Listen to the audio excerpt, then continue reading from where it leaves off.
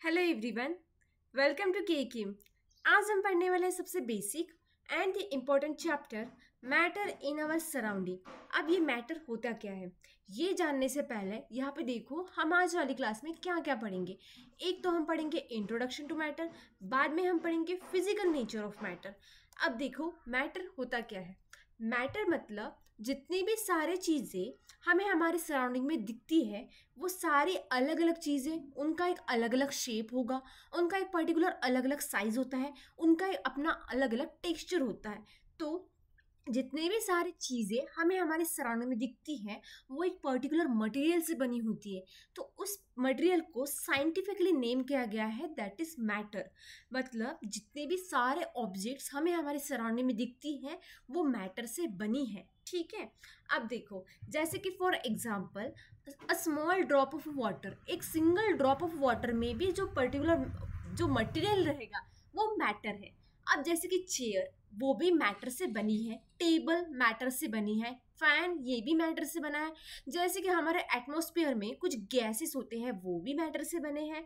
या फिर particles of sand, मतलब जो रेत होती है, वो भी मैटर से बनी है। या फिर प्लांट्स, प्लांट्स ये भी मैटर से बना है, एनिमल्स मैटर से बना है, हम खुद ह्यूमन बींग्स ये भी मैटर से ही बने हैं। अब बलून, यहाँ पे आपको बलून का पिक्चर दिख रहा है, देखो। अब बलून एक पर्टिकुलर, उसका भी एक अपना मटेरियल होगा।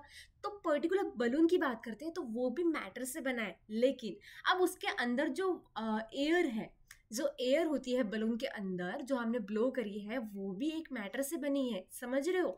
मतलब इस पूरे यूनिवर्स में सारी चीज़ें वो मैटर से बनी है। हाँ, कुछ एक्सेप्शंस होते हैं, वो आगे चल के हम पढ़ेंगे। लेकिन अब जितने भी सारे लिविंग थिंग्स या फिर नॉन लिविंग थिंग्स, उसे हम कंसिडर कर सकते हैं कि वो मैटर से बनी है।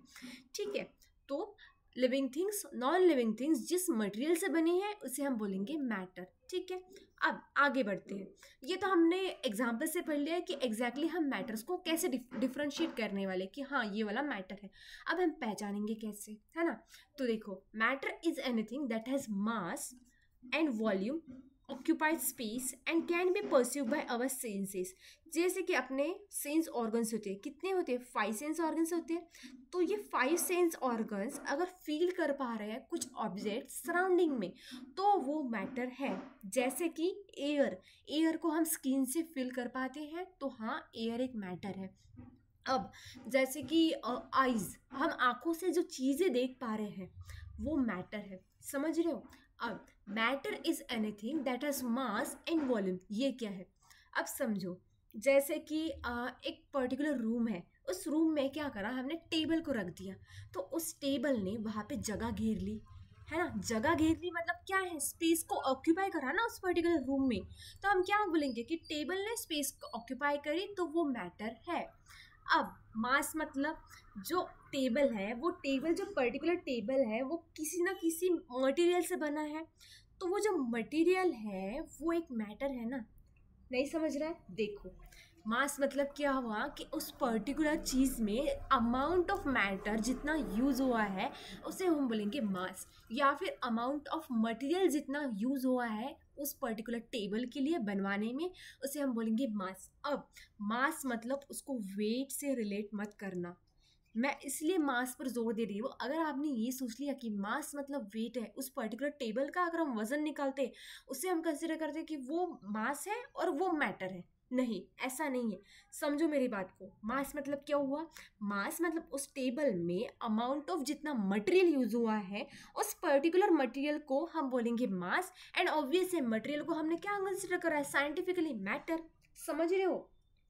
Mass tells us how much of amount is present in an object. मास हमें बताता है कि कितने अमाउंट में वहाँ पे मैटर यूज हुआ है। ठीक है। मैटर मतलब मटेरियल। समझ रहे हो? यहाँ पे कंफ्यूजन नहीं होना चाहिए। अगर किसी भी पार्ट में मेरे पढ़ाते वक्त आपको कंफ्यूजन क्रिएट हुआ हो, तो आप मुझे कमेंट सेक्शन में पूछ सकते हो कि यहाँ पे हमें समझ नहीं आया, तो मैं बता दूंगी। ठीक है, मैं ट्राई करूँगी कि मैं जल्द से जल्द रिप्लाई करूँ। ठीक है। तो मास को वेट से रिलेट नहीं करना है। मास मतलब यहाँ पे वजन नहीं है, समझ रहे हो। अब मैटर को हमने क्या करा, एक तो हमने बोला मास या फिर स्पेस। तो matter is anything that has mass and can occupy space and can be pursued by our senses. ये पूरी कंप्लीट डेफिनेशन है। तो जब भी आप exam point of view definition लिखने की कोशिश करो तो ये पूरी लिखना, पूरी, एक भी वर्ड इधर उधर नहीं होना चाहिए, ठीक है। अब next, ancient view on matter, मतलब जो पुराने लोग थे, जो पुराने ज़माने के लोग थे, वो मैटर के बारे में क्या सोचते थे। तो जो एंशियंट इंडियन फिलोसोफर्स थे, एंशियंट इंडियन फिलोसोफर्स, उन्हें लगता था कि ये सारा जो यूनिवर्स है, ये पूरे सराउंडिंग में जितनी भी चीज़ें हमें दिखाई देती है, वो लिविंग हो या फिर नॉन लिविंग हो, वो 5 एलिमेंट्स से बनी है। मतलब पंचतत्व, पंचतत्व ये संस्कृत नेम है, ये आयुर्वेदिक में यूज होता है। पंचतत्व, पंच मतलब 5, तत्व मतलब एलिमेंट्स, ठीक है।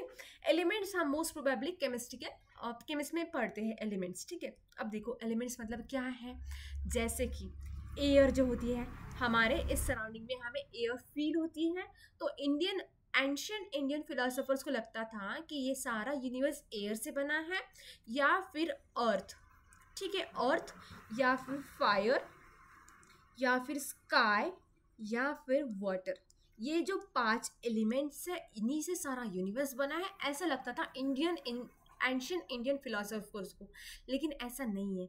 बाद में ग्रीक फिलोसोफर्स आए, उन्हें भी लगता था कि हाँ कुछ ऐसा ही है, ये 5 एलिमेंट्स है, इन्हीं से बना है ये पूरा यूनिवर्स। लेकिन ऐसा नहीं है। बाद में आए मॉडर्न साइंटिस्ट ने क्या करा कि मैटर को फर्दर क्लासिफाइड करा physical and the chemical properties में, ठीक है। अब ये फिजिकल प्रॉपर्टीज है वो हम पढ़ने वाले हैं इसी वाले यूनिट में, जो केमिकल है वो हम पढ़ने वाले नेक्स्ट वाले आने वाले यूनिट्स में, ठीक है। अब देखो फिजिकल नेचर ऑफ मैटर मतलब एग्जैक्टली क्या है। फिजिकल से आपको क्या समझ में आता है, फिजिकल नेचर ऑफ मैटर मतलब किसी भी चीज़ का अपीयरेंस, जैसे कि कोई भी चीज़ दिखने में कैसी है, उसी से हम कंसिडर करेंगे कि हाँ इसका ये फिजिकल नेचर कुछ ऐसा है।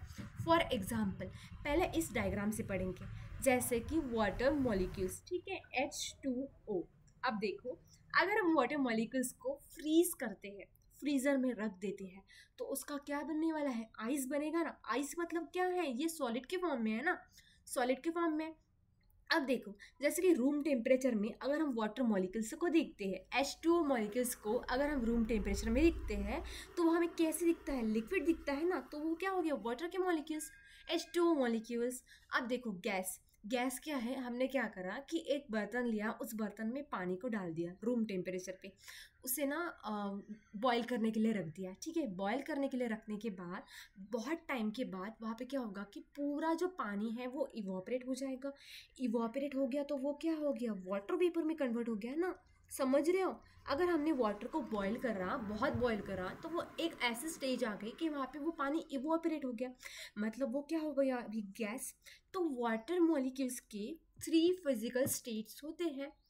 हम वाटर मॉलिक्यूल्स को 3 टाइप्स में देखते हैं, उनके अपीयरेंस में 3 फिजिकल नेचर, एक तो आइस, बाद में वाटर, फिर वाटर वेपर्स। तो ये हो गया इसका अपीयरेंस, समझ में आ रहा है। ये मेरा पहले समझाने का ट्राई इसलिए था कि समझ लो फिजिकल अपीयरेंस मतलब दिखने में कैसा दिखता है। एक तो आइस की तरह दिखेगा water molecules, sorry H2O molecules, या फिर वाटर की तरह दिखेगा, या फिर वाटर वेपर्स की तरह H2O मॉलिक्यूल्स। इसके बाद matter is made of particles. अब तक हमने क्या पढ़ा कि जो भी ऑब्जेक्ट्स हमें दिखते हैं हमारे सराउंडिंग में, वो बनी किससे थी, मैटर से बनी थी। अब हमने एक और बात पढ़ ली कि वो बनी है पार्टिकल्स से, ठीक है, पार्टिकल्स से बनी है, ठीक है। ये वाला याद रखना, पहले ऑब्जेक्ट्स, बाद में मैटर, फिर पार्टिकल्स, ऐसे चाहिए एरो, हाँ, फिर पार्टिकल्स। अब देखो कि ना एक आपके टेक्स्ट बुक में गिवन है, ये वाला थोड़ा एक्टिविटी समझो, मतलब समझो, ठीक है। अब एक स्कूल थी, उन्होंने क्या बोला कि ये सब मैटर है ना वो किस तरह से बनता है। तो मैटर ना ऐसा ब्लॉक ऑफ वुड है, मतलब जो लकड़ी होती है ना वो कैसे कंटिन्यूस दिखती है हमें, एक जैसी दिखती है। एक जैसे दिखना मतलब लगी होती है, मतलब उसमें कोई गैप नहीं होती है, वो एक जैसी होती है कंटिन्यूस में। ब्लॉक ऑफ अ वुड, लकड़ी, वो कैसी दिखती है हमें, कंटिन्यूस में, उसमें कोई भी बीच में गैप नहीं है, ठीक है, गैप नहीं है, वो कंटिन्यूस है। तो एक स्कूल ने बोला कि जो मैटर है वो कंटिन्यूस है, ब्लॉक ऑफ वो वुड की तरह, मतलब लकड़ी की तरह। बट बाद में दूसरे स्कूल आए, उन्होंने बोला कि नहीं, ऐसा नहीं है। जो पार्टिकल्स ऑफ सैंड होते हैं ना, रेत के जो पार्टिकल्स होते हैं ना, ऐसा ऐसा बनता है मैटर, इस तरह से, मतलब पार्टिकल्स से अपना मैटर बनता है। तो मैंने तो पहले ही बोल दिया, matter is made of particle. तो रिजल्ट तो हमें यही मिलने वाला है कि मैटर पार्टिकल से बना है। लेकिन समझाने का इतना था कि एक स्कूल को लगा कि ये जो मैटर है वो कंटिन्यूस है, और एक ने बोला कि नहीं, वो पार्टिकल्स से बना है। तो हाँ, अब मैं बोल रही हूँ कि हाँ, मैटर वो जो है वो कंटिन्यूस नहीं है, वो पार्टिकल्स से बना है। अब आपको ये कन्फ्यूजन नहीं होनी चाहिए कि लकड़ी ये मैटर से बनी नहीं है। नहीं, लकड़ी जैसे कि टेबल टेबल जैसे कि मैंने बोला कि हाँ, ये मैटर से बना है। बनने के बाद वो हमें कंप्लीट चीज़ दिख रही है, वो पर्टिकुलर कंप्लीट टेबल दिख रहा है, लेकिन बना तो छोटे छोटे पार्टिकल से होगा ना। पार्टिकल से मैटर बना होगा, मैटर से बाद में वो टेबल बना है, ऐसा है ना। तो जो लकड़ी है वो भी पार्टिकल से बनी है, यहाँ पे कन्फ्यूजन नहीं रखना। अब देखो, पार्टिकल्स ऑफ सैंड जो हमने इमेज यहाँ पे देख के रखी थी, ये दिख रही है पार्टिकल्स, ये इस तरह से बनता है मैटर। हाँ, अब जैसे टेबल टेबल के पार्टिकल्स छोटे छोटे हमें दिखाई नहीं देंगे, क्योंकि वो क्या है, वो है tiny particles. Matter is made of tiny particles, it is not continuous. समझ रहे हो, टेबल के हमें पार्टिकल्स नहीं दिखते हैं, वो हमें पूरा कंप्लीट टेबल दिखेगा। तो particles mix evenly in other substances, ये हम पढ़ेंगे नेक्स्ट वाली एक्टिविटी से। 1.1 एक्टिविटी में हम पढ़ने वाले हैं मैटर मिक्स इवनली, ठीक है, ये वाला याद रखना, mix evenly, particles occupy space and intermix. हाँ, पार्टिकल स्पेस ऑक्यूपाई करेगी तभी तो मैटर बनेगा, मैटर से तो ऑब्जेक्ट बनेगा ना। जब पार्टिकल एक दूसरे से कंबाइन करके मैटर बनाएगा तभी तो मैटर से ऑब्जेक्ट बनेगा ना। हाँ, अब देखो, particles mix and particles intermix, ये क्या है, ये एक्टिविटी 1.1 में क्लियर हो जाएगा, लेकिन होता है ऐसा, ठीक है। अब एक्टिविटी 1.1 में हमने क्या करना है कि हमने एक बीकर लिया, ये पर्टिकुलर बीकर लिया, इस बीकर में हमने हाफ अमाउंट में यहाँ पे वाटर को फिल कर दिया, ठीक है। अब यहाँ पे मैंने वाटर फिल करने के बाद यहाँ पे इसे मार्क कर दिया कि यहाँ इस वाली लेवल तक मैंने इसमें वाटर डाला था, समझ रहे हो। इसके बाद यहाँ पे देखो, मैंने क्या करा कि 1 टेबल स्पून सॉल्ट डाल दिया, या फिर आप शुगर डाल सकते हैं, कुछ भी डाल दो। अब वो डालने के बाद वो क्या हो गया कि नीचे डिपॉजिट हो गया। डिपॉजिट हो गया मतलब नीचे चला जाता है ना बॉटम में। एक बार हम कुछ डालते हैं पानी में, डायरेक्टली डाल दिया, कुछ नहीं करा, बस डाल दिया, तो वो नीचे चली जाएगी। लेकिन अब मैंने क्या करा कि ये ग्लास रॉड लिया, ये दिख रहा है, ये ग्रे कलर का है, हाँ, ये ग्लास रॉड लिया, इससे मैंने स्टर करा, मतलब जैसे कि हम चम्मच से क्या करते हैं कि सॉल्ट को वाटर में घुमाते हैं, तो ये ग्लास रॉड होता है। ये क्या होता है, ग्लास रॉड होता है। और घुमाना, डिजॉल्व करना, ये ग्लास रॉड से हम उसे स्टर करेंगे, घुमाएंगे, तो उसे बोला जाता है कि स्टर, केमिस्ट्री लैंग्वेज में। अब स्टर करने के बाद सॉल्ट वाटर में घुल गई, ठीक है, सॉल्ट वाटर में घुल गई। लेकिन अब यहाँ पे आपने एक पॉइंट नोट करा कि वाटर लेवल उतना ही रहता है, ये करके देखना एक्सपेरिमेंट। पानी लेना, उसमें एक लेवल तक ग्लास वाटर लेना, हाँ, कांच का, उसमें एक लेवल तक पानी डालना, उसे मार्क करना मार्कर से कि यहाँ तक हमने पानी डाला। बाद में उसमें टेबल ऑफ स्पून सॉल्ट डालना और फिर चेक करना, उसे स्टर करना स्पून से, डिजॉल्व करना सॉल्ट को। इसके बाद देखना कि जो वाटर लेवल है वो बढ़ी क्या, नहीं बढ़ी। क्यों नहीं बढ़ी, फिर वो देखेंगे अभी। अब ऐसा क्या हुआ कि हमें जो सॉल्ट है वो दिख तो नहीं रही है पानी में, लेकिन वहाँ पे वो उसका जो पानी का जो लेवल था वो भी जितना है उतना ही है, no rise in water level, ठीक है। ऐसा क्यों हुआ, अब ये देखेंगे। यहाँ पे देखो, ये वाली जो हमने डायग्राम देखी थी इस लिक्विड में, यहाँ पे देखो, सॉलिड से पहले जानेंगे। ये सॉलिड, जो सॉल्ट लिया हमने, सॉल्ट लिया, वो तो सॉलिड में था ना, वैसे सॉल्ट जो है वो सॉलिड था ना, रिजिड था, रिजिड, हाँ। तो शुगर, ये भी रिजिड होता है। यहाँ पे देखो, ये इनके जो मॉलिक्यूल्स दिख रहे हैं ना, ये आइस के, इसके देखो यहाँ पे कोई भी गैप नहीं है। इसी तरह से क्या होता है कि वो सॉल्ट होता है, ठीक है, उसमें क्या होता है कि वो रिजिड होगा। ये पर्टिकुलर अपनी ये सॉल्ट है, ठीक है। एक पर्टिकुलर सॉल्ट के पार्टिकल जो दिखते हैं हमें, इनमें गैप होती है क्या, कुछ इस तरह से, ऐसा ऐसा होगा सॉल्ट, उसमें गैप दिखती है क्या, नहीं दिखेंगी हमें गैप, क्यों? क्योंकि वो सॉलिड है। भले ही यहाँ पे वाटर मॉलिक्यूल के जो हमें दिख रहे हैं आइस में, इनमें गैप नहीं है, बहुत सारे वाटर मॉलिक्यूल्स होते हैं, लेकिन हमें पार्टिकल्स ऑफ सैंड कैसे दिखते हैं? Separate separate. वैसे हमें सॉल्ट दिखती है ना, तो एक पार्टिकल होता है एक सॉल्ट का, ये पार्टिकल वो पार्टिकल, ठीक है। तो एक सिंगल पार्टिकल में हमें गैप दिखती है, वहाँ पे नहीं दिखती है, उनमें स्पेस नहीं होता है। लेकिन अगर हम पानी की बात करते हैं, लिक्विड की, यहाँ पे देख रहे हो ये स्पेस है, ये स्पेस है, ये स्पेस दिखाई दे रही है, मैंने मार्क करी है वॉयलेट पेन से यहाँ पे। तो सॉलिड के पार्टिकल्स में, यहाँ पे आइस में जो आइस जो होता है उसमें हमें गैप नहीं दिखते हैं, वहाँ पे हमें स्पेस नहीं दिखता है, या फिर सॉल्ट का जो एक पर्टिकुलर पार्टिकल होता है उसमें हमें स्पेस नहीं दिखेगा। लेकिन लिक्विड में हमें कुछ ना कुछ स्पेस दिखेगा। अब देखो, ये लिक्विड के मॉलिक्यूल्स है, इन ये दिख रहा है, ये ऐसा ऐसा स्पेस दिख रहा है, स्पेस दिख रहा है। इन स्पेस को फिल करता है अपने सॉल्ट के मॉलिक्यूल्स, सॉल्ट के पार्टिकल्स, सॉरी सॉल्ट के जो पार्टिकल्स होते हैं वो इस स्पेस को, वाटर का जो स्पेस होता है उनमें, वाटर मॉलिक्यूल्स में जो स्पेस होता है वहाँ पे ये सॉल्ट फिल हो जाते हैं। Particles fill space between the water molecules, ये हमारा कंक्लूजन निकला, समझ रहे हो? इसीलिए जब भी हम सॉल्ट को वाटर में डालते हैं तो वहाँ पे वाटर की लेवल इंक्रीज नहीं होगी, क्योंकि लिक्विड में स्पेस होती है। तो इन पूरे हमें एक्टिविटी 1.1 एक्टिविटी से हमें इतना ही समझना था कि वाटर मॉलिक्यूल्स में स्पेस होती है। अब देखो, इतना पढ़ लिया, थोड़ा और पढ़ लेंगे यहीं पे। सॉलिड में स्पेस नहीं होगी, लिक्विड में कुछ ना कुछ स्पेस होगी। गैसेस की अगर बात करते हैं तो आपको ये दिखता है कितनी सारी स्पेस है, ठीक है, ये बहुत सारी स्पेस दिख रही है यहाँ पे। तो गैसियस में हमें स्पेस बहुत दिखेगी, लिक्विड में कम दिखेगी, सॉलिड में मिलने ही वाली नहीं है हमें स्पेस, ठीक है। इसलिए सॉलिड लिक्विड में डिजॉल्व हो सकता है, इसलिए हम सॉल्ट और शुगर को वाटर में डिजॉल्व आसानी से कर पाते हैं। अब पार्टिकल्स मिक्स इवनली, हाँ हमने सॉलिड को लिक्विड में मिक्स कर दिया तो ये तो मिक्सचर हुआ ना। एंड पार्टिकल्स ऑक्यूपाई स्पेस, हाँ अब तो ये पढ़ लिया हमने, सॉलिड ने लिक्विड में स्पेस को ऑक्यूपाई कर लिया और एक दूसरे में घुल गए, सॉल्ट और वाटर। अब ठीक है, अब एक्टिविटी 1.1 तक अपना हो गया। मैंने बोला था कि आज वाली क्लास में एक तो हम पढ़ेंगे फिजिकल नेचर ऑफ मैटर। इसमें हमने पढ़ लिया matter is made of particles. अब हम पढ़ने वाले हैं how small are this particles, ठीक है। एक तो हमने पढ़ लिया कि पार्टिकल्स में स्पेस होती है, ठीक है, ये वाला पॉइंट पढ़ लिया, हमें स्पेस का भी पता चला, पार्टिकल्स टाइनी होते हैं ये भी पता चला। लेकिन अब कितने छोटे छोटे होते हैं ये भी तो हमने देखना है, कितने छोटे होते हैं, ठीक है। Particles of are extremely small, ये हम एक्टिविटी से पढ़ेंगे कितने स्मॉल। तो यहाँ पे ये जो पॉइंट सेकंड है, थर्ड है, ये एक्टिविटी में पढ़ेंगे, वहाँ पे देख लेंगे। अब पार्टिकल्स आर एक्सट्रीमली स्मॉल, इस वर्ड का थोड़ा देख लेते हैं। अब यहाँ पे देखो इस डायग्राम में, ठीक है, ये सिंगल ड्रॉप ऑफ वाटर दिखाई दे रहा है।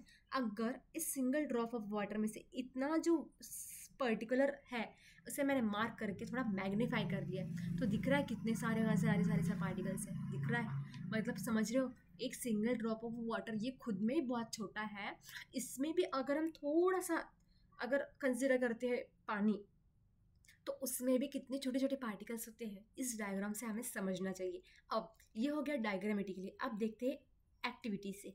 तो यहाँ पे एक्टिविटी 1.1 में क्या है कि हमने क्या करना है कि एक बीकर लेना है। सबसे पहले इस बीकर में मैंने क्या करा कि 100 ml ऑफ डिस्टिल वाटर ले लिया। केमिस्ट्री लैब में हम इसे डिस्टिल वाटर बोलते हैं, ठीक है।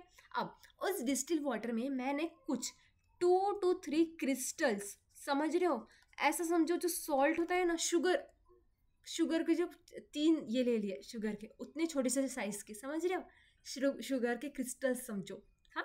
वैसे पोटेशियम पर मैग्नेट के 2 to 3 क्रिस्टल्स ले लिए, इस 100 ml वाटर में मैंने ऐड कर दिए, ठीक है। अब मैंने क्या करा, ये हो गया मेरा बीकर ए, ये हो गया मेरा बीकर बी। अब बी में से मैंने उठाया 10 ml, ठीक है, हाँ 10 ml उठाया और इस 90 ml वाटर में डाल दिया। 90 ml था ये पहले, इस 90 ml डिस्टिल वाटर में मैंने यहाँ से बी में से उठाया और सी में 10 ml डाल दिया, ठीक है। तो ये पूरा हो गया 100 ml कंप्लीट। अब बीकर सी में से, यहाँ पे बीकर सी में से मैंने 10 ml उठाया, इसमें डाल दिया। पहले ऑलरेडी यहाँ पे 90 ml डिस्टिल वाटर था, इसमें से ये सी में से उठाया 10 ml, इस वाले बीकर डी में डाल दिया, तो ये कंप्लीट 100 ml हो गया। अब इसी तरह से बीकर ई में भी मैंने ऐसा ही करा। यहाँ पे बीकर ई में मैंने पहले 90 ml डिस्टिल वाटर लिया, डी में से 10 ml उठाया और डाल दिया ई में, तो ये कंप्लीट 100 ml वाटर हो गया, सॉरी 100 ml सोल्यूशन हो गया। सोल्यूशन किसका? एक तो वाटर मॉलिक्यूल्स का और क्रिस्टल्स का। पोटेशियम परमैंगनेट, देखो पोटेशियम परमैंगनेट, पोटेशियम परमैंगनेट। हाँ, तो समझ रहे मैंने क्या करा? पहले 100 ml लिया डिस्टिल वाटर, उसमें कुछ 2 से 3 क्रिस्टल्स डाले पोटेशियम परमैंगनेट के। बाद में हमें नेक्स्ट वाली सी वाली बीकर में लिया 90 ml डिस्टिल वाटर, बी में से 10 ml सॉरी बी में से 10 ml उठाया, बी में से डाला सी में, बाद में डी में भी लिया 90 ml डिस्टिल वाटर, तो सी में से 10 ml उठा के इसका 100 कर दिया। इसी तरह से फिर से यहाँ पे ये रिपीटेडली हमने ऐसा ऐसा करा, ठीक है। अब समझो ये हमने करा डाइल्यूशन, रिपीटेड डाइल्यूशन। डाइल्यूशन मतलब क्या है वो भी देख लेते हैं, लेकिन इसका रिजल्ट क्या लाया हमने एक्टिविटी का वो पहले देख लेते हैं। अब जब मैंने बीकर ए में क्रिस्टल्स डाले थे तो वहाँ पे हमें पिंक कलर दिख रहा था। जैसे जैसे हमने थोड़ा थोड़ा 10 ml उठा के सामने सामने फॉरवर्ड कर दिया, ये जो लास्ट वाला दिख रहा है बीकर ई, इसमें ये बहुत फेंट हो गया कलर। जो पोटेशियम परमैंगनेट के जो क्रिस्टल्स थे वो फेड हो गए, क्रिस्टल्स का जो कलर था वो फेड होते हो गया, फीका होता गया, ठीक है। अब हुआ क्या यहाँ पे एग्जैक्टली यहाँ पे ऐसे समझो कि 100 पार्टिकल्स है, ऐसे समझो बहुत बड़े होते हैं वो 6.023 पार्टिकल्स होते हैं एक पर्टिकुलर इसमें। वो हायर क्लासेस वाला है वो छोड़ो, लेकिन अभी समझो, ठीक है। इसमें ज़्यादा अमाउंट ऑफ पार्टिकल्स थे। जब हमने इसमें से 10 ml उठाया तो उसमें कुछ पार्टिकल्स आ गए सी वाले में, तो इसमें से हमने ये पूरा, ये पहले से कम थी पार्टिकल्स, इसमें से 10 उठाया, इसमें डाला, इसमें से 10 उठाया, इसमें डाला, तो कम कम पार्टिकल्स होते गए ना, पार्टिकल छोटे छोटे होते गए। और ऐसे समझो कम होना मतलब उसमें और ब्रेक डाउन होते गया, डिज़ोल्व होना। कभी भी कुछ चीज़ हम डिज़ोल्व करते हैं वाटर में तो वो छोटे छोटे छोटे छोटे होते जाते हैं, और जितना ज़्यादा डाइल्यूशन उतना ज़्यादा पार्टिकल छोटे छोटे छोटे होते जाएंगे।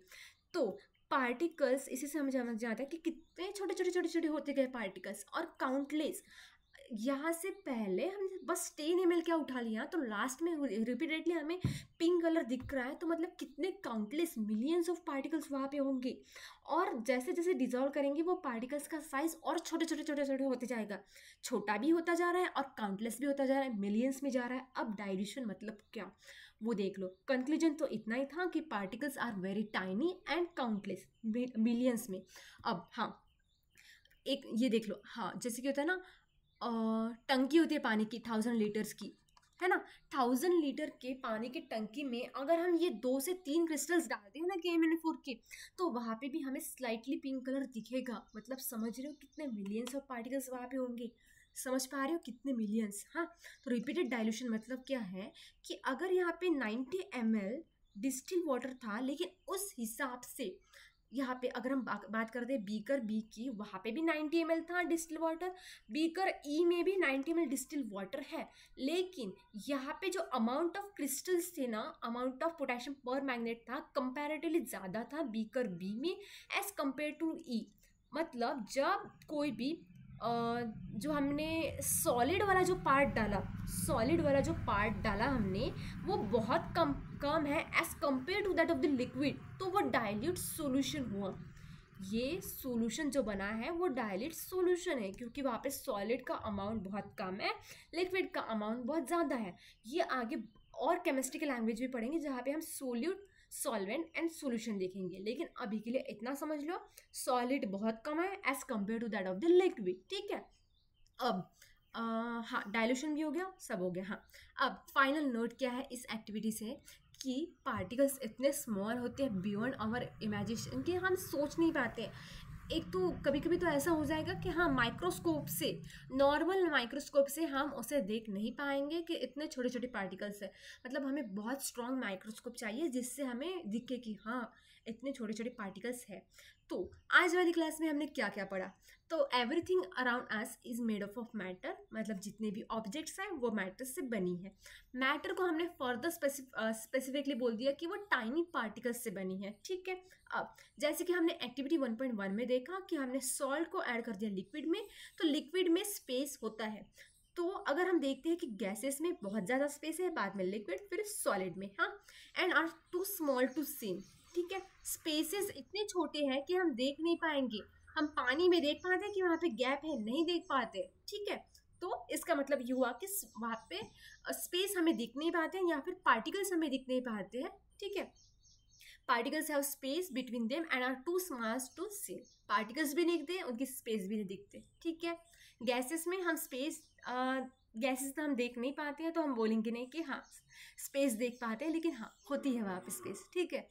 थोड़ा सा लेंदी हो गया होगा क्लास, लेकिन मैंने ट्राई करा कि आपको हर एक पॉइंट क्लियर हो, ताकि इसके बाद आपको ज़रूरत ना पड़े कहीं पे मतलब और पॉइंट्स कि हाँ ये वाला क्लियर नहीं हो पाया। अगर ऐसा होता है कि कोई भी पॉइंट मेरे साइड से छूटा हो, तो आप मुझे कमेंट सेक्शन में पूछ लेना, मैं वहाँ पे बता दूंगी कि हाँ ये वाली बात ऐसी है, या फिर नहीं हो पाया तो एक सेपरेटली और एक एक्स्ट्रा वाला क्लास लेके समझ लेंगे, ठीक है।